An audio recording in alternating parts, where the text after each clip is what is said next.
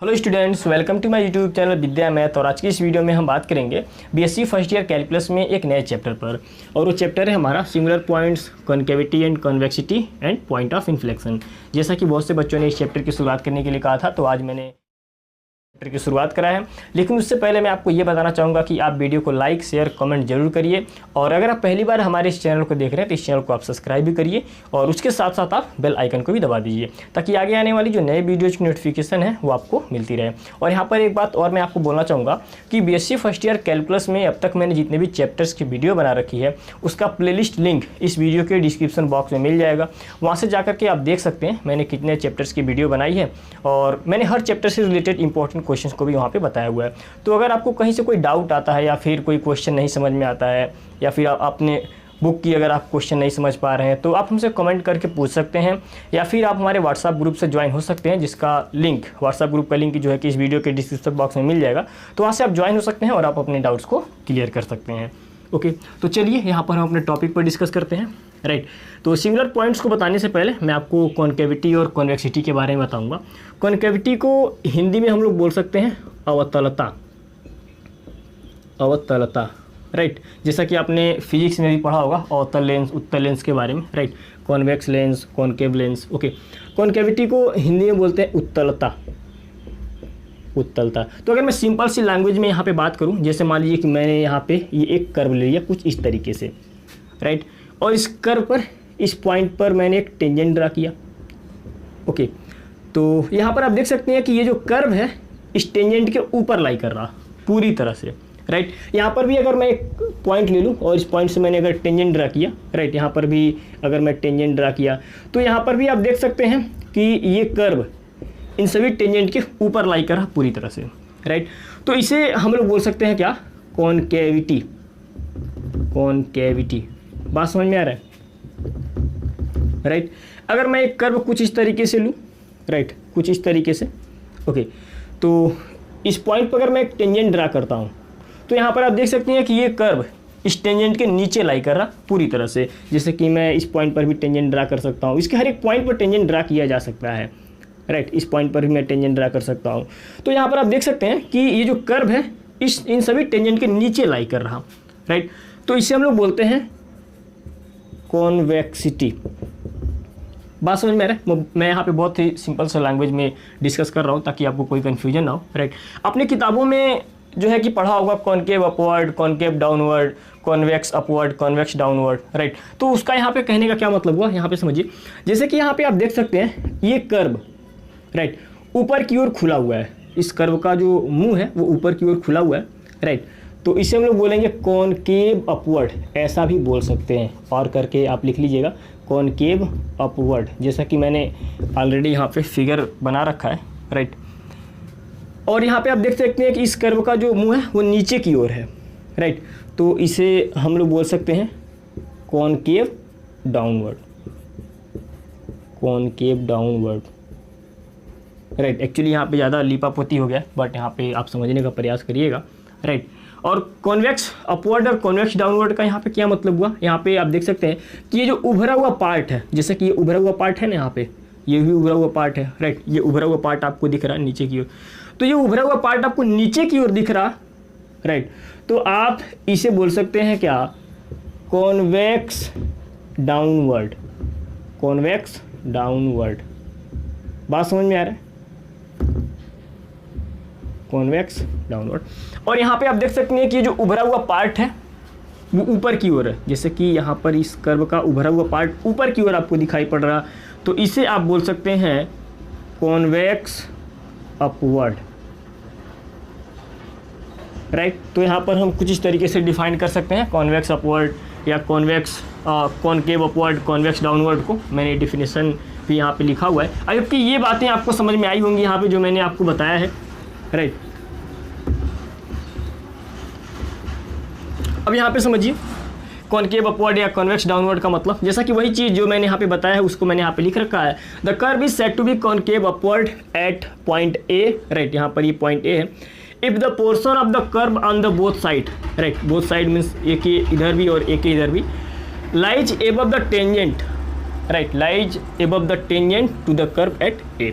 Right, यहाँ पर अगर ये कर्व आप देख सकते हैं कि ये कर्व अगर टेंजेंट के ऊपर लाई कर रहा, राइट, तो ये कहलाएगा क्या, कॉनकेव अपवर्ड, या फिर हम बोल सकते हैं क्या, कॉन्वेक्स डाउनवर्ड। अगर आपको चेक करना हो कि ये जो कर्व है वो कॉनकेव अपवर्ड है या नहीं, तो इसके लिए कंडीशन क्या होना चाहिए कि d²y/dx² ये पॉजिटिव आना चाहिए, राइट। मेरा मतलब कि कोई फंक्शन दिया गया होगा और उसका जो कर्व बनेगा आपको ये चेक करना है कि वो कर्व कॉनकेव अपवर्ड है या नहीं, राइट, या फिर कॉनकेव डाउनवर्ड है। तो कॉनकेव अपवर्ड के लिए क्या कंडीशन होना चाहिए कि d²y/dx² की जो वैल्यू है वो पॉजिटिव आनी चाहिए, राइट। अगर ये पॉजिटिव आ रहा तो इस केस में जो कर्व होगा वो कॉनकेव अपवर्ड होगा।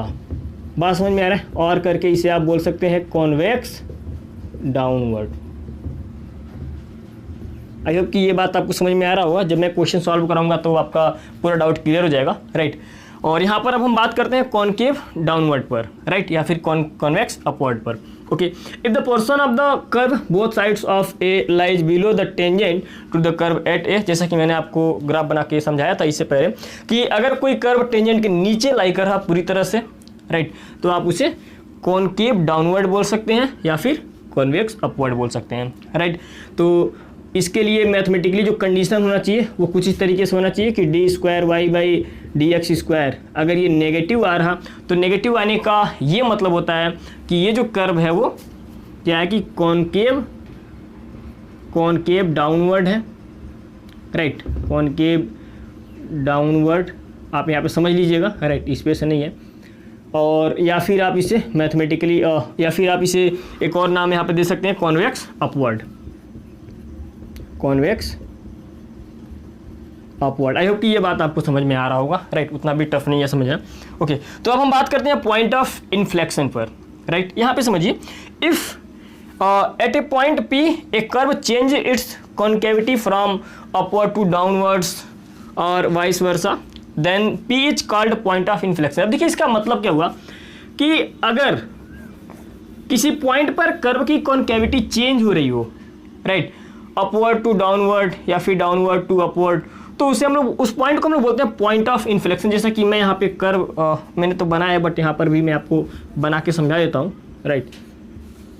जैसा कि ये एक्स एक्सिस हो गया और ये वाई एक्सिस हो गया और मैंने एक कर्व कुछ इस तरीके से बना दिया, राइट, और यहाँ पर मैं एक पॉइंट लेता हूँ। तो आप देख सकते हैं इस पॉइंट के नीचे, राइट, ये जो कर्व है आप इसके हर एक पॉइंट पर अगर आप टेंजेंट ड्रा करिए तो ये कर्व हमेशा इस टेंजेंट के ऊपर रहेगा। बात समझ में आ रहा है।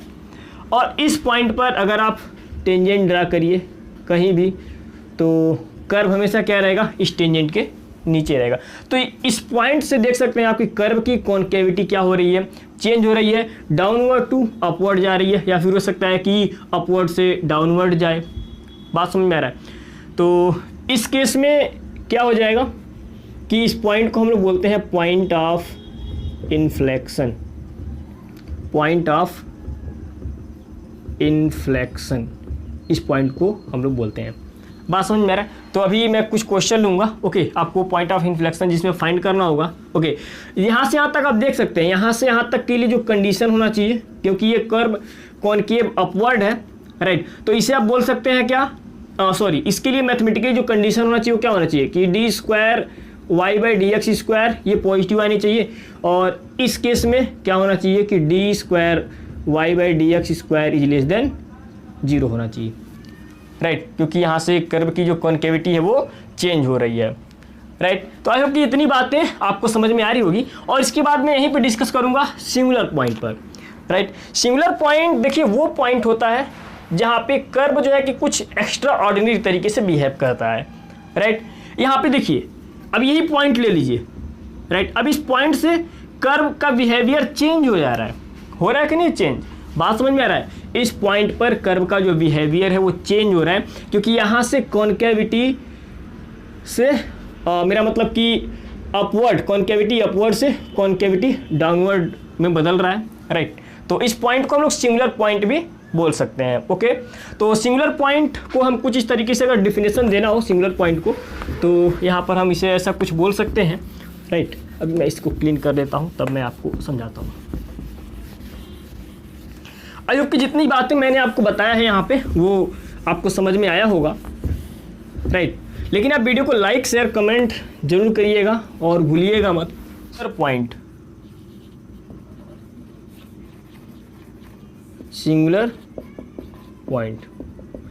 यहां पे हम इसे कुछ इस तरीके से बोल सकते हैं कि A point on the curve, A point on the curve at which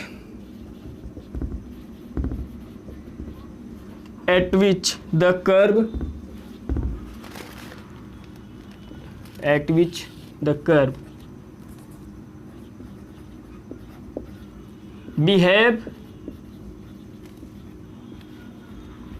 behaves in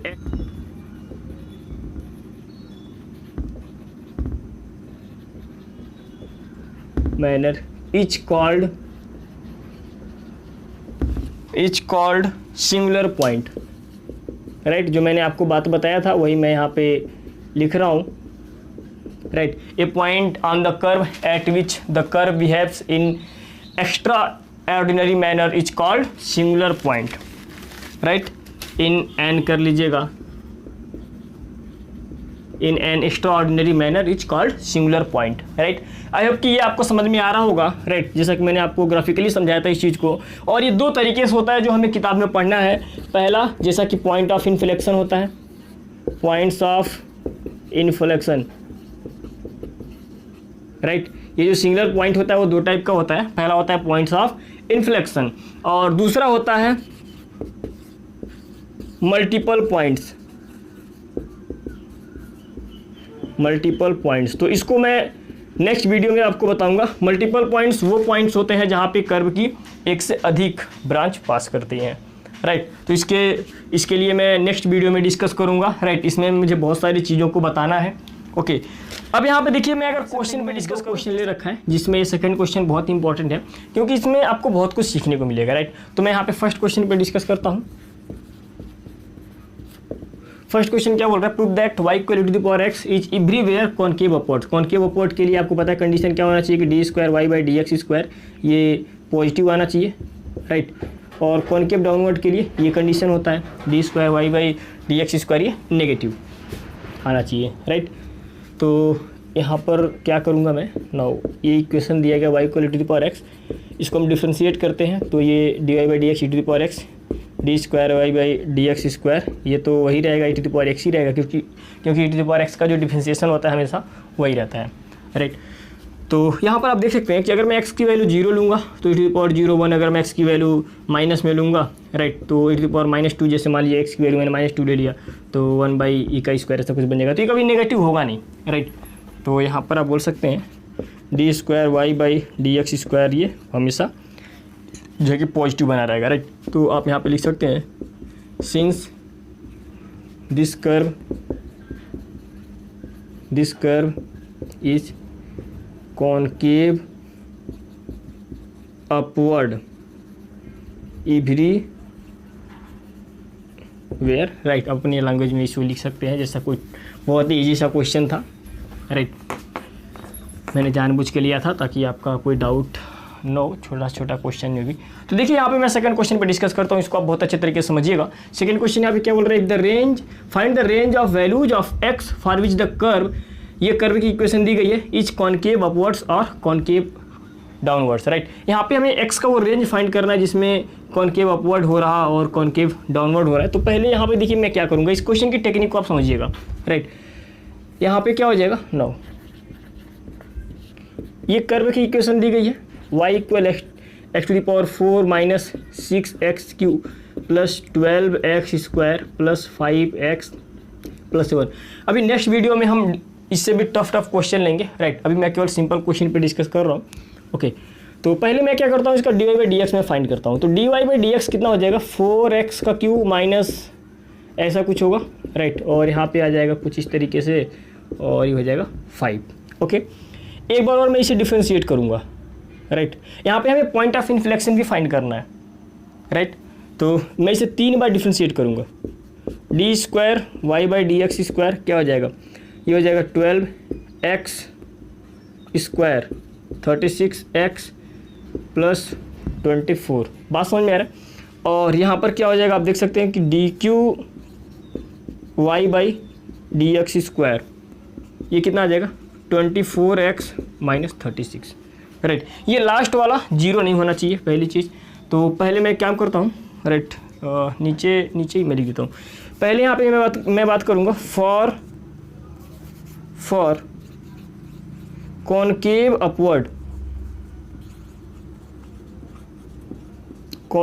upward, जैसा कि मैंने आपको बताया था कॉनकेव अपवर्ड के लिए क्या होना चाहिए कि d square y by d x square ये पॉजिटिव होना चाहिए, राइट। दिख रहा ना नीचे, ज़्यादा नीचे नहीं।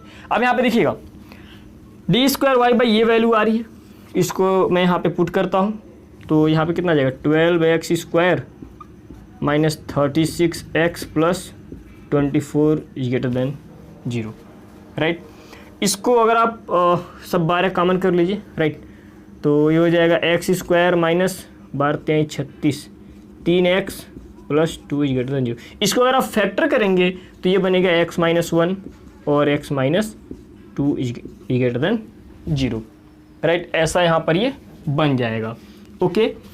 अब मैं इसको क्लीन करता हूँ, राइट।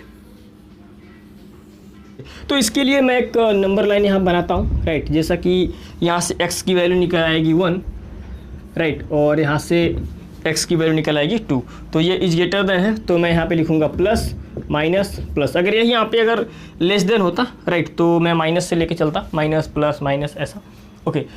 तो यहाँ पे आपको पता है कि ये प्लस इनफाइनाइट है और यहाँ पे माइनस इनफाइनाइट है, राइट। अब यहीं से हमें कॉनकेव अपवर्ड और कॉनकेव डाउनवर्ड दोनों का पता चलेगा। कैसे चलेगा, जैसा कि आपको पता है, जरा ध्यान समझिएगा।